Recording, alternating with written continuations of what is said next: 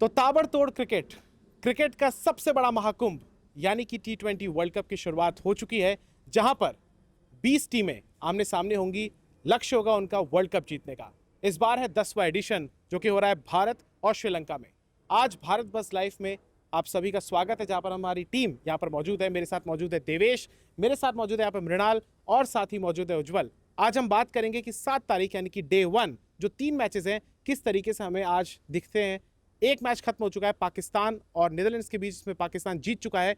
उसके बाद West Indies का मुकाबला है स्कॉटलैंड के साथ और रात में वानखेड़े स्टेडियम में मुकाबला है भारत का यूएस के साथ। तो सबसे पहले हम बात करेंगे पाकिस्तान और नीदरलैंड्स के बीच जो मुकाबला हुआ उस पर। मेरे साथ यहाँ पर मौजूद है उज्जवल। उज्जवल तमाम चीज़ों को मॉनिटर कर रहे थे। उज्जवल, पाकिस्तान जीत तो गया, लेकिन कितने मशक्कत करनी पड़ी, किस तरीके से आपने इस मैच को देखा? ये बहुत मुश्किल रहा, बहुत मुश्किल भरा मैच रहा पाकिस्तान के लिए। और आपको बता दूं कि पाकिस्तान पिछले कई सालों से आप देखिएगा पाकिस्तान का रिकॉर्ड तो ऐसे ही रहा। उनका क्रिकेट जो है धीरे धीरे नीचे जो है वो आते जा रहा है। और स्थिति एक समय ऐसे आ गई थी कि लास्ट के 2 ओवर में 29 रन बनाने थे पाकिस्तान को। वो सेकंड लास्ट ओवर में 24 रन का एक ओवर आया, जहां से मैच जो है टर्न हो गया। वरना पाकिस्तान पूरी तरह से इस मुकाबले में पीछे चल रही थी अगर ओवरऑल मैच की बात करें तो। लेकिन वहीं फ़हीम की एक ओवर जिसमें 24 रन उन्होंने बनाया, उसके बाद मैच जो है वो पूरी तरह से पलट गया। और किस्मत कहें कि पाकिस्तान इस मैच में जीत गया। टूर्नामेंट अभी लंबा है। पाकिस्तान एक तरह से भारत को के साथ ना खेलने की बात कही है, लेकिन अब देखने वाली बात होगी कि पाकिस्तान अगले आने वाले मैचों में कैसा परफॉर्मेंस करता है। वैसे आपने बिल्कुल ठीक कहा, जहां एक तरफ 2 ओवर में 29 रन चाहिए थे, तो वहीं एक ओवर में जो 24 रन पड़ गए थे उज्जवल, वो काफ़ी महंगे साबित हुए नीदरलैंड्स को। अच्छा, यहाँ पर हमारे साथ मृणाल, इन्होंने अभी भी वेबसाइट पर खबर भी बनाई है। मृणाल, ये बताइए कि नीदरलैंड्स क्या वो अपनी नर्व्स पर कंट्रोल नहीं रख पाए? क्योंकि होता है ना कि जो छोटी टीम होती है उसको जब जीत दिख रही होती है तो कहीं ना कहीं उसके मन में एक बेचैनी, वो बटरफ्लाइज इन द स्टमक आता है। क्या लगता है मुख्य कारण क्या रहा नीदरलैंड्स की हार का? डेफिनेटली यही एक मुख्य कारण रहा। बेसिकली आपने सही कहा, नीदरलैंड के गेंदबाजों ने बहुत कोशिश करी कि पाकिस्तान के बल्लेबाजों को आउट कर सके, लेकिन आखिरी समय में वो जो 24 रन्स आए, वहीं एक नीदरलैंड के हार का बिल्कुल वो चांस बन गया कि हाँ अब यहाँ पे तो मुश्किल हो जाएगी।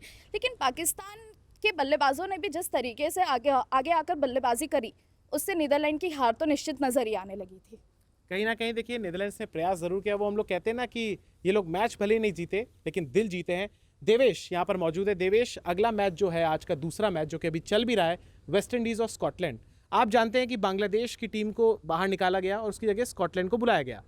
वेस्ट इंडीज की टीम तो आप जानते हैं 2 बार विश्व कप भी जीत चुकी है। किस तरीके से आप इस मैच को देखते हैं? किसका पलड़ा ज्यादा भारी दिखता है, वेस्ट इंडीज का या स्कॉटलैंड का?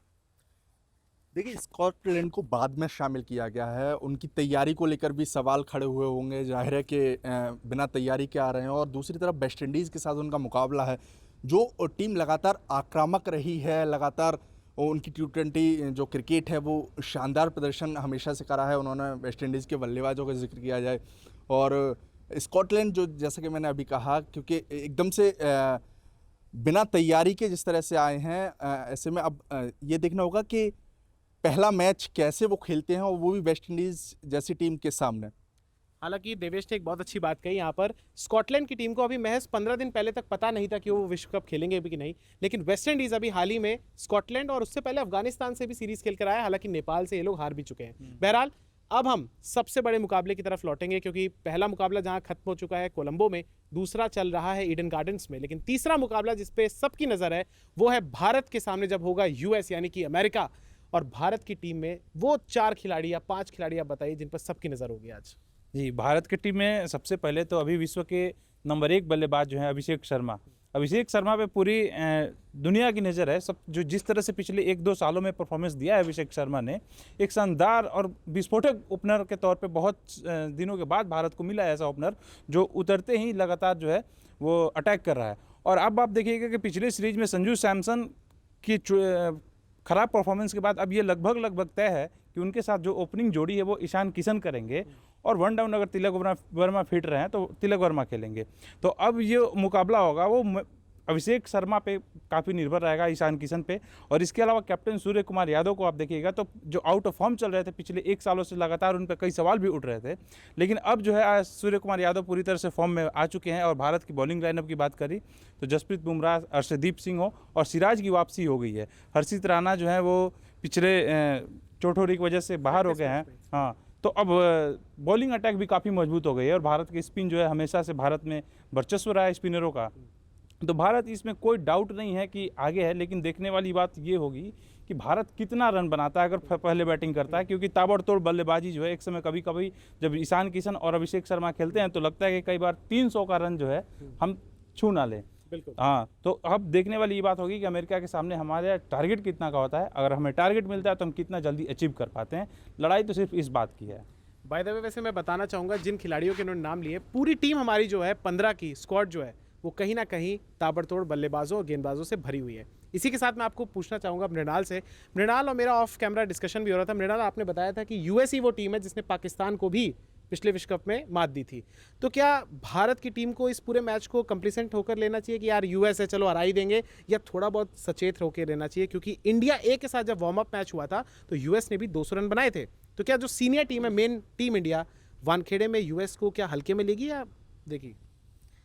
देखिए, जहाँ तक गौर मैंने आज तक किया है कि टीम इंडिया किसी भी टीम को हल्के में तो नहीं लेती है।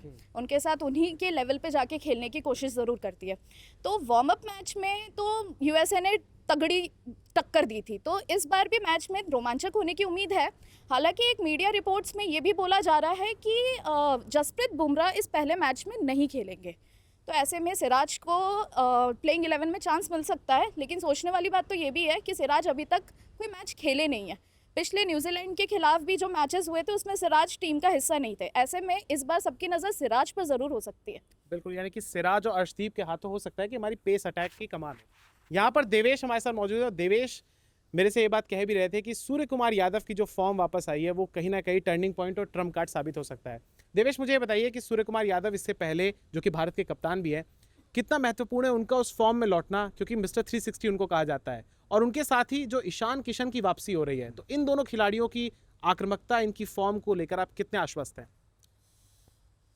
टीम इंडिया का एक चीज़ मेरे को जो दिखता है ना वो ये कि अगर टॉप ऑर्डर चलता है तो मिडिल ऑर्डर भी चलेगा, और मिडिल ऑर्डर चलने के लिए ज़रूरी है टॉप ऑर्डर का चलना। टॉप ऑर्डर में जो सूर्य कुमार यादव हैं, ईशान किशन हैं, अभिषेक शर्मा है, इन जैसे बल्लेबाजों के वजह से मिडिल ऑर्डर की चलने की भी संभावना है। लेकिन अब जो टॉप ऑर्डर है उसमें सूर्य कुमार यादव हो, ईशान किशन हो, अभिषेक शर्मा हो, शानदार बैटिंग करते हुए नजर आ रहे हैं। पिछले मुकाबले, पिछली सीरीज़ हो न्यूजीलैंड की, उसके बाद अभिषेक शर्मा तो लगातार फॉर्म में हैं ही, सूर्य कुमार यादव फॉर्म में आए हैं। उन्होंने मज़ेदार प्रदर्शन जो T20 क्रिकेट में है वो दिखाया है।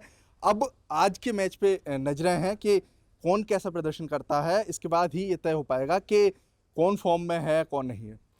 बाय द वे वैसे एक बात मैं कहना चाहूँगा, हम लोगों ने तमाम बल्लेबाजों की तो बात की, लेकिन हमारे पास वरुण चक्रवर्ती के फॉर्म में के रूप में सबसे नंबर 1 गेंदबाज भी मौजूद है, और वानखेड़े में मैच है तो आज कहीं ना कहीं आतिशबाजी छक्कों की होने की संभावना है। जाते जाते अंत में वो कहते हैं ना कि हमें अपने दुश्मन को कभी भी, या विरोधी को, दुश्मन तो नहीं कहना चाहिए, विरोधी को हमें कभी भी कम नहीं आंकना चाहिए। तो आखिर यूएस की टीम में वो कौन से खिलाड़ी हैं जिन पर हमारी नज़र होगी, जिनके संभावना है कि वो अच्छा प्रदर्शन कर सकते हैं? यूएस की टीम पिछले वर्ल्ड कप हमें याद होगा कि एक समय पाकिस्तान से जो मुकाबला हुआ था, कितना टक्कर का मुकाबला हुआ था, और जो वहाँ के गेंदबाज हैं सौरभ नेत्रवालकर, शानदार गेंदबाजों में से एक है। सुपर ओवर भी कराया था। हाँ, तो बहुत शानदार गेंदबाजों में से एक हैं, और उन पे नज़र रहेगी कि किस तरह से बॉलिंग करते हैं। इसके अलावा मोनांग पटेल हो या फिर एंड्रे गॉस हो, इन दोनों पे भी हमें नज़र रखनी होगी, और कम नहीं आंकना होगा। आप कभी भी अपने दुश्मन को कम नहीं आंकते हैं, और हम लड़ाई जो है उसी तरह से लड़ते हैं, चाहे टीम कितनी भी बड़ी हो या फिर छोटी हो। लेकिन इन खिलाड़ियों पर नज़र रहेगी। यूएस के ये शानदार खिलाड़ी हैं, और इसके अलावा भी और जो खिलाड़ी हैं, एक उभरते हुए सितारे की तरह यूएस की टीम भी अब वर्ल्ड कप में अपना दखल दे रही है। चलिए, तो अभी जिस तरीके से आप देख रहे हैं कि धूप की रोशनी है, दिन है, लेकिन रात होते होते जिस तरीके से आप देखेंगे कि भारत का मुकाबला होगा यूएस के साथ वानखेड़े स्टेडियम। ये वही वानखेड़े स्टेडियम है जहां पर 2 अप्रैल 2011 को भारत ने विश्व कप जीता था, और आज अपने इस कैंपेन का आगाज करने जा रहा है भारत। अगले 4 मुकाबले भी होंगे, लेकिन आज मुंबई में ये मैच है। देखना होगा कि भारतीय टीम कितनी ताबड़तोड़ बल्लेबाजी करती है, किस अंदाज में जीतती है, और जो मोटो है वर्ल्ड कप का कि हिस्ट्री रिपीट के साथ साथ डिफीट भी करनी है, वो देखने वाली बात होगी। तो एक नारा लगा दीजिए, भारत को चीयर कर दीजिए एक बार। टीम इंडिया भारत माता की जय। चलिए, all the best team India. नमस्कार। भारत बज़ लाइव, हर खबर में भारत।